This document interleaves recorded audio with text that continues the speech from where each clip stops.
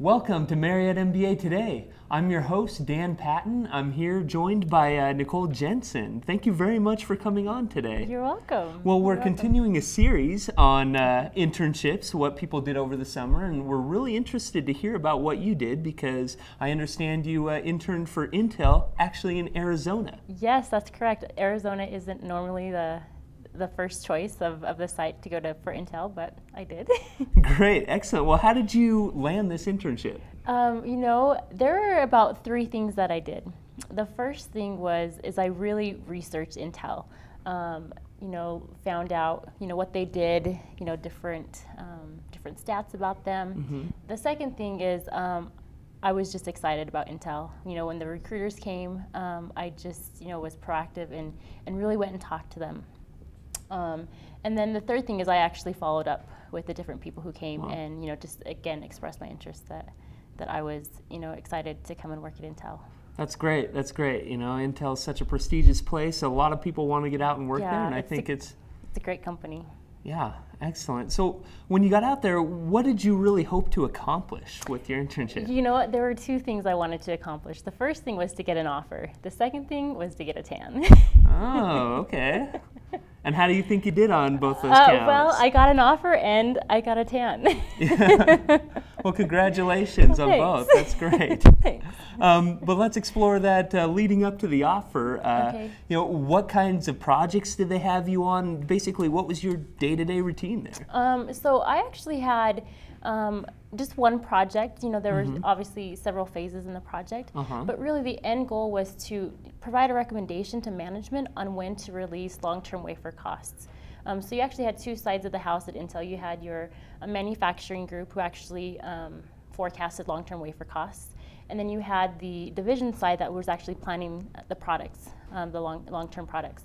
And so both of them had different wants and needs, and so I was tasked with coming in and talking to both sides and providing a solution that was acceptable to both.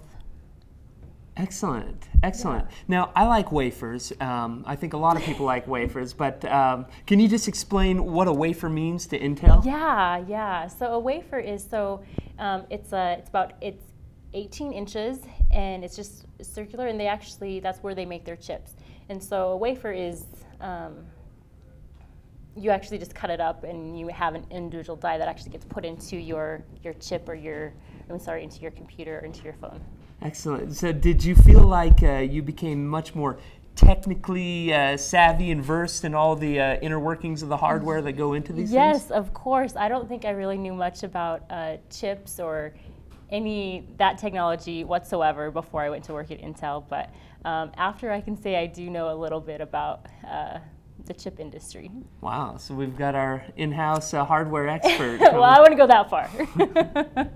Great. Well, tell me a little bit about the culture there in terms of, you weren't at headquarters, so being spread out there in Arizona, was it a little bit more laid back? What was the management style out there? So Intel, each site has their own specific culture, and Arizona, it's probably the most laid back. So you can actually wear shorts and flip-flops to work every day. So lucky.